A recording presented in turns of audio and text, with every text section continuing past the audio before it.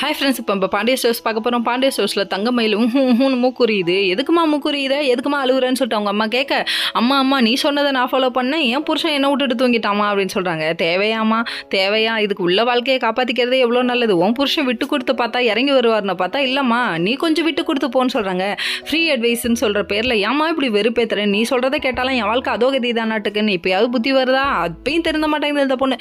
இப்போ என்ன தான் பண்ண சொல்கிறேன்னு மறுபடியும் அவங்க அம்மாட்ட கேள்வி கேட்க, மறுபடியும் போமா நல்லா பேசுமா அப்படின்னு சொல்கிறாங்க. அதுக்கப்புறம் நம்ம சரவணன்ட்ட போயிட்டு தட்டி தூங்கிட்டு இருந்த மனுஷன் எங்கடா காணும்னு சொல்லிட்டு தேடுது. கடைசியில் பார்த்தா வந்தோடனே என்ன தங்கமயில தூங்கலையான்னு சொல்லி கேள்வி கேட்க, நல்லா தூங்கி போட்டு கரடி மூஞ்சுவாயா என்னையாடா நக்கல் பண்ணுற அப்படிங்கிற மாதிரி இந்த ரியாக்ஷன். இல்லை மாமா நான் தூங்கலை, நீங்கள் நல்லா தூங்கி போல அப்படின்னு சொல்லிட்டு வெறுப்பு பேசுது. அதுக்கப்புறம் சரிம்மா நான் நல்லா தூங்கிட்டேன், நீ ஃப்ரெஷ்ஷப் ஆகிட்டு வா வெளியே போகலான்னு சொல்லிட்டாங்க. நார்மலாக கூலாக பேச ஆரம்பிச்சிட்டாங்க. ஃப்ரெஷ்ஷப் ஆகிட்டு வந்து மூஞ்சு 3 வரையும் தூக்கி வச்சுக்கிச்சு. எதுக்குன்னு பார்த்தா ஏமா தூக்கி வச்சிருக்கேன்னு சொல்லி கேட்டால், வீட்டில் உள்ள யாருமே ஃபோட்டோவுக்கு லைக் பண்ணல, ஷேர் பண்ணல, சப்ஸ்கிரைப் பண்ணல அப்படிங்குது. இதுக்கெல்லாம் போயிட்டு இப்படி பண்ணலாமா அப்படிங்கிற மாதிரி ஆயிடுச்சு.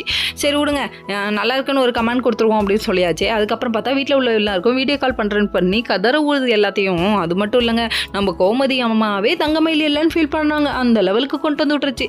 நார்த்தக்கு மயில் இருந்தால் இவ்வளோ ஹெல்ப் பண்ணியிருப்பான்னு சொல்ல கடுப்பாயிட்டாங்க. இன்னொரு தடவை பேசினேன் அப்படிங்கிற மாதிரி இருந்தது. நம்ம மீனா ஒரு பக்கம் அர்த்தராத்திரியில் பேயை கண்டு வேஞ்ச மாதிரி ஏஞ்சி உட்காந்துருந்தாங்க. அந்த கனவை நினச்சி சிரிக்கிறாங்க. இன்னொரு பக்கம் வந்துட்டு நம்ம பாண்டியனை நினச்சி சிரிக்கிறாங்க. இந்த உண்மை வெளியே வந்துச்சுன்னா என்னைக்கு தான் பாண்டியனுக்கு நெஞ்சு வெளியே வரப்போதோ அது தெரியல அப்படின்னு சொல்லிட்டு இவங்க ஒரு பக்கம் புலம்ப ஆரம்பிச்சிட்டாங்க. சரி என்னதான் நடக்கட்டுமேனு ஒரு பாட்டை போட்டு விட்டு கிளம்பிட்டாங்க.